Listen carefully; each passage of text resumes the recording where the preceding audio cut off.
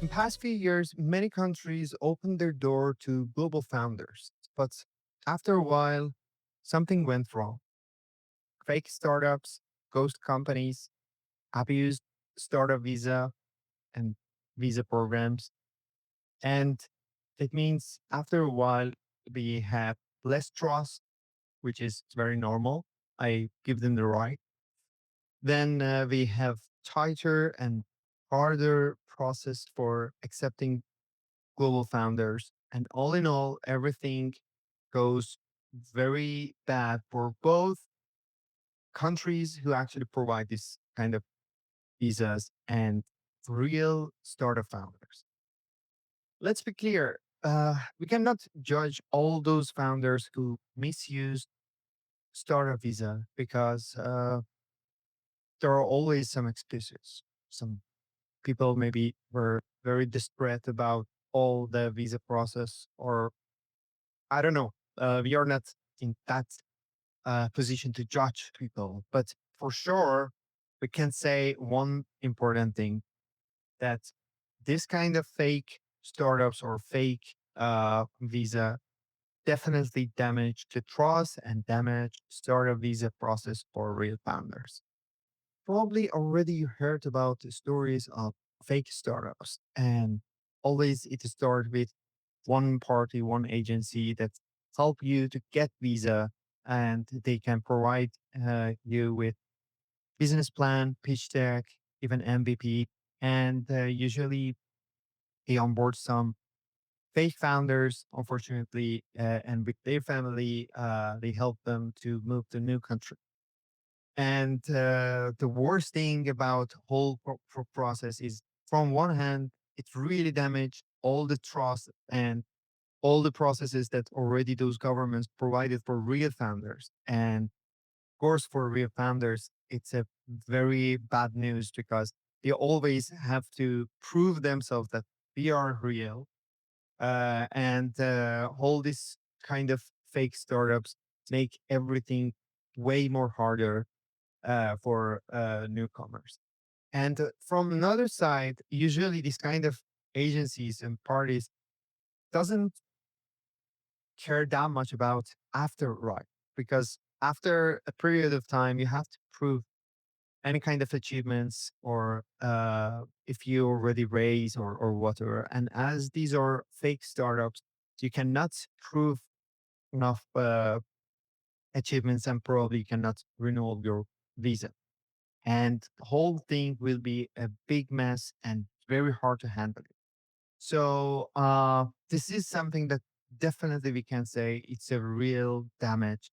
And I really want to ask anyone who are doing this, please don't do it, because there are some real founders that their future is depending on this type of visa, because in their home country, because of the situation of economy, political issues, and many other facts, they have to move to other countries to be connected to global funds, global network. And it's very sad that we heard many of them are rejected because right now the process is way more harder than before.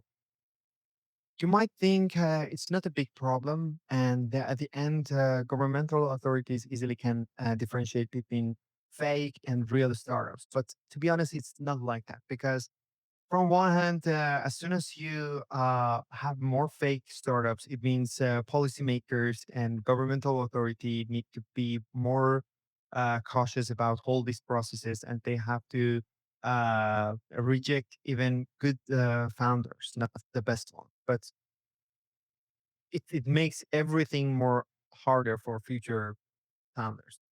From another hand, all those investors that can potentially invest in immigrant founders, they will be more skeptic about if they are real or if they are fake, or with all those barriers, could they renew their visa, or because of all those problems that this kind of fake startups make for policymakers, and policymakers make every process more harder.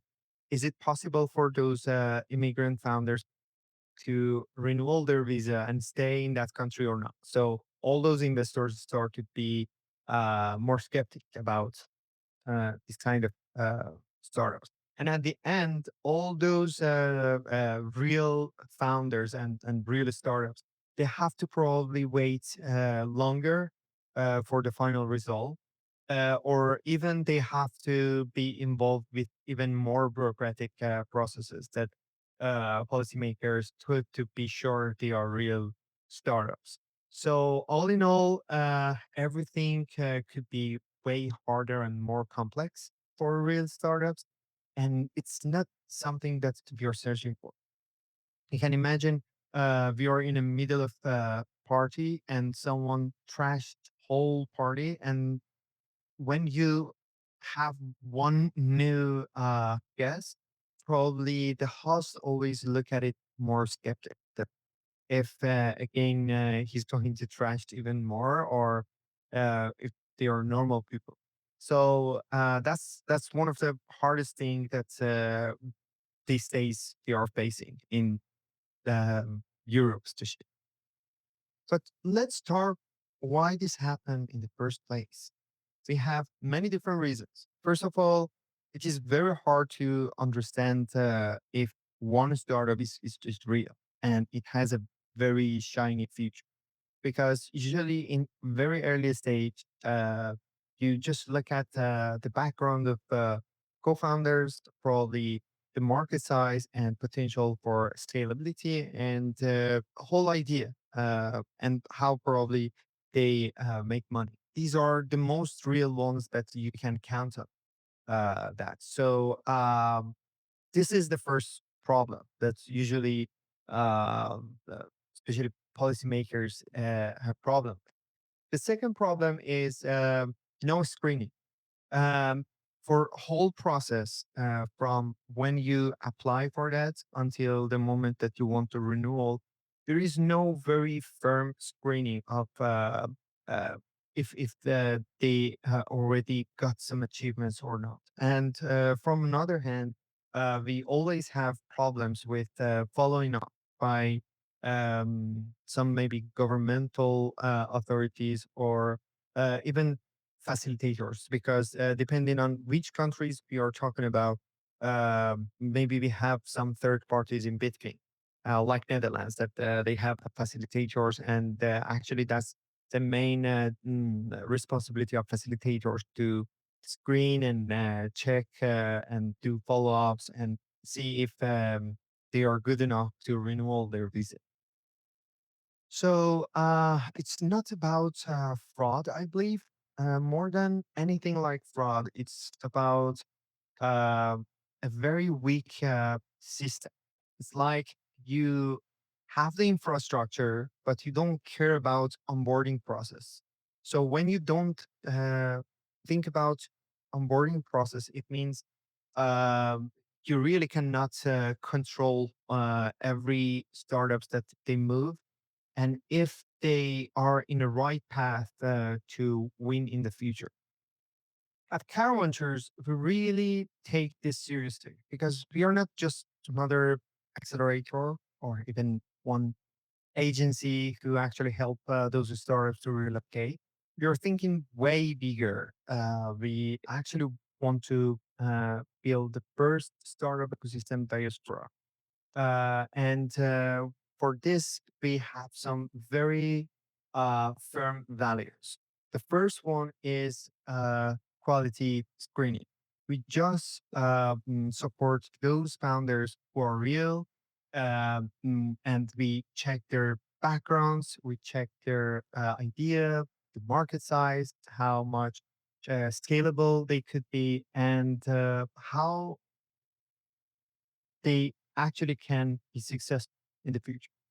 The second thing that we really care about is education. And through our programs, we have many different Caravan guides who are acting as mentor, coach, consultant, or advisor from very famous companies from Google, Miro, Lesion, Uber, and many other ones.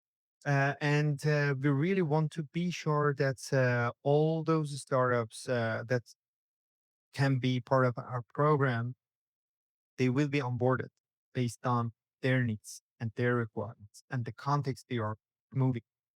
And the next one is ongoing support. We don't want to just support them for 6 months during our program, and we have a longer and more continuous way of supporting by considering them as part of the community and helping them with fundraising and connecting them to real related network, let's say. And at the end, as our program is not just compensated by cash, and partially we will be compensated with equity. Means we want to be a partner in their journey, and their success is actually could be considered as our success. So this is another thing that we are very serious about.